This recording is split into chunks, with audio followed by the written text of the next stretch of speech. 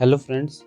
तो आज हम ये जानने की कोशिश करेंगे कि न्यूट्रॉन जो होता है उसका चार्ज जीरो क्यों होता है या फिर न्यूट्रॉन न्यूट्रल इन नेचर क्यों होता है। हमें पता है कि इलेक्ट्रॉन का चार्ज -1 होता है, जिसको ही हम -e के रूप से जानते हैं, और ये निगेटिव चार्ज होता है।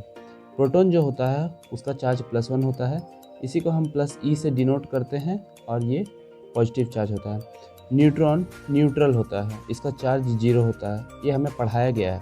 पर ऐसा क्यों होता है, न्यूट्रॉन का चार्ज जीरो आखिर होता क्यों है?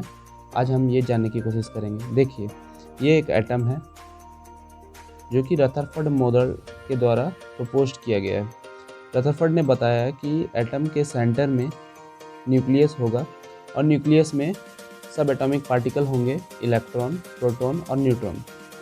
हमें ये पता चला कि इलेक्ट्रॉन का चार्ज -1 होता है, प्रोटॉन का +1 होता है और न्यूट्रॉन का 0 होता है।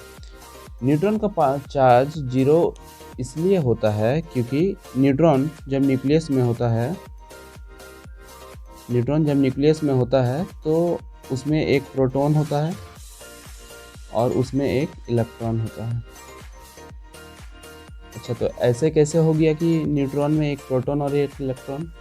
साइंटिस्ट ने जब एक्सपेरिमेंट परफॉर्म करा तो उन्हें पता चला कि न्यूट्रॉन को जब हम न्यूक्लियस से बाहर निकाल लें, हम जैसे एक न्यूट्रॉन को न्यूक्लियस से बाहर निकाल लेते हैं तो अप्रॉक्स 17 मिनट के आसपास वो टूट जाता है। न्यूट्रॉन 17 मिनट के आसपास वो एक प्रोटॉन में टूट जाता है और वो एक इलेक्ट्रॉन में टूट जाता है। इस 17 मिनट की टूटने की प्रक्रिया को हम लोग कहते हैं हाफ लाइफ। और हम ऐसे भी कह सकते हैं कि न्यूट्रॉन का हाफ लाइफ 17 मिनट है। तो इसी के कारण जब न्यूट्रॉन प्रोटॉन और इलेक्ट्रॉन में टूट जाता है तो हम ये कह सकते हैं कि न्यूट्रॉन के अंदर एक +1 चार्ज रहा होगा, एक -1 चार्ज रहा होगा। जब ये दोनों चार्ज एक साथ जुड़े रहेंगे, +1 चार्ज और -1 चार्ज जब एक साथ जुड़े रहेंगे तो ये रिजल्टेंट 0 ही देंगे, क्योंकि +1 चार्ज -1 चार्ज जब एक साथ होंगे तो 0 देंगे रिजल्टेंट। इसी के कारण जो न्यूट्रॉन होता है उसका चार्ज न्यूट्रल होता है।